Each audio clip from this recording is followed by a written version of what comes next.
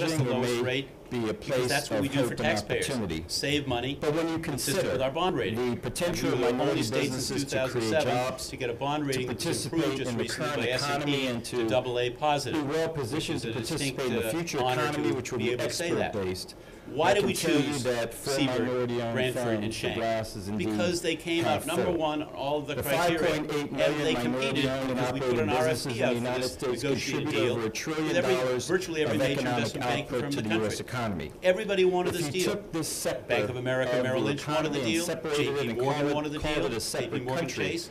Morgan Stanley wanted the deal. Citi wanted the deal. Everybody wanted the deal. Why wouldn't you want the deal? These firms also provide over 6 million jobs directly to U.S. Pretty significant debt issue. And through their presence, Suzanne Shank, John Carter, and their firm put the best proposal out, most responsive, innovative, imaginative, heading up a distribution network, or a syndicate, if you will, that's going to get those securities out there. And we are proud, first time ever, a woman-owned minority-owned firm, and we look forward to a very long and very, very productive ongoing relationship with Suzanne and her firm. Thank you, Suzanne.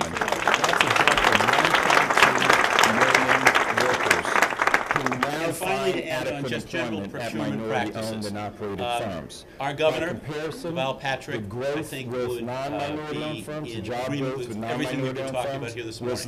But he wouldn't just say it. He would do it. And he has done it. So when he put out Executive Order 424 about procurement practices, and he put a fellow named Ron Marlowe in charge of Assistant Secretary for Access and Opportunity, we're meeting with him on a regular basis, starting next week, a couple of weeks down the road, to make sure that all of our procurement practices at Treasury, and we spend a lot of money every year in our various departments. I mean, we have a lottery, it's a $4.5 billion business. I mean, if it was a publicly traded company, it would be the 11th largest publicly traded company in Massachusetts, $4.5 billion business, $900 million a year in profits, employs a little over 400 people. We spend a lot of money in procurement. We want to make sure at all times that our procurement practices are serving the people of the state, also invite into the process all qualified firms, and we have a special relationship with disparities in capital access between minority and non-minority owned firms. The bottom line is, how can we adopt on a day-to-day basis, every day of our lives, the kind of business practices that are aligned with the values that we've been talking about here today? Because at the end of the day, it isn't just about values, it's about delivering the goods. When you know that so few men or women of color are represented in boardrooms, then we get an obligation to do something about it. When you know that there's a great investment banking firm that beat every other firm on the street, despite the fact that many of them are hundreds of times the size, that's delivering the goods to the people of the Commonwealth and moving this ball forward. At the end of the day, we're looking to see things happen as a result of this conference that matter, that create wealth, that create access to capital, that create equity, and that create jobs, and that create the preconditions for the kind of explosive growth in the minority business community that we all want, hope for. So in other words, minority-owned firms, by virtue of their structure, Thank you, Treasurer Grossman. For capital at I must say that's an encouraging reality, and we so appreciate are also likely to be denied loans more readily. I'd like to introduce Treasurer Flowers. For minority-owned firms from the under $500,000 in gross revenue. That was a tough act to follow, I tell you. Steve's giving out goodies and. How about to say, what am I giving? Right?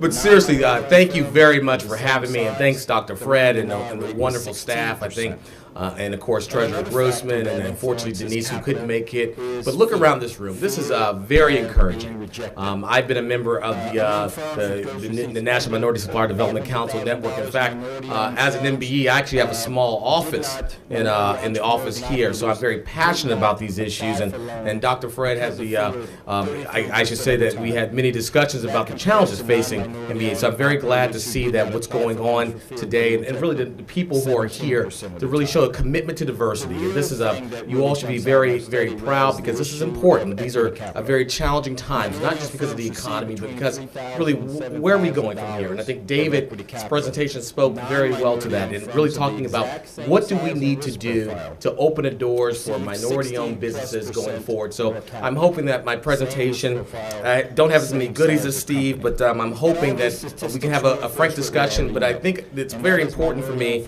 to really tell you a little bit about the great state of Delaware. I'm sure you all know, other than Joe Biden, it's one of the smallest states in the union. But I'm hopefully going to talk about a little bit about the Treasurer's Office in Delaware, because you may not be as familiar with that office. Just to give you kind of flavor, and then I'm going to go into some of the programs that we have that I think that may be beneficial, and we'll see as we proceed through the presentation. Upon taking office, I think the key thing. I can't see the screens. Okay, we're good. Upon taking office, it was really something I'm very passionate about, really redefining the Treasury. And in Delaware, it's known as the Office of the State Treasurer. And I kind of thought that was very egotistical, right? The Office of the State Treasurer. It's not about me, Chip Flowers. It's about the people, right? It's the people's treasury. And I believe, like any treasurer, that you have to have a plan when you take office, right? What are you going to do for the people? Steve had a plan. Denise had a plan. I mean, what are you offering people? And really, these are the governing documents that we have in Delaware, and they're available on our website, that really talk about what at least our vision of the office is going forward. And one of those visions, of course, is, as you can imagine, is a commitment to diversity.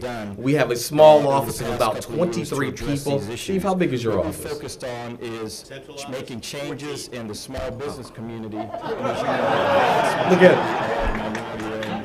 Yeah, you like that? You like 14, right? Yeah. More like his motorcade, right? But we have a small office in Delaware, and we have a new name, new vision, and really this office serves as a cornerstone of the state's financial system. We manage about $1.5 billion in assets.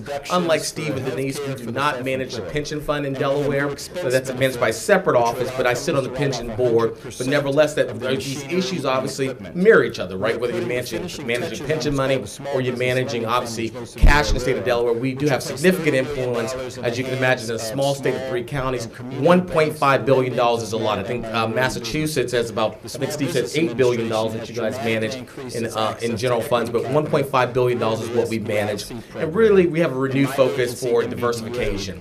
When I took office, a staff of 23 people, we had three minorities in the office, and I really thought we could do a better job. And not just about hiring, also, as Steve pointed out, really purchasing and procurement. And Delaware is very unique because I had the distinct honor of being the first African American elected in Delaware, and that had some challenges. I didn't see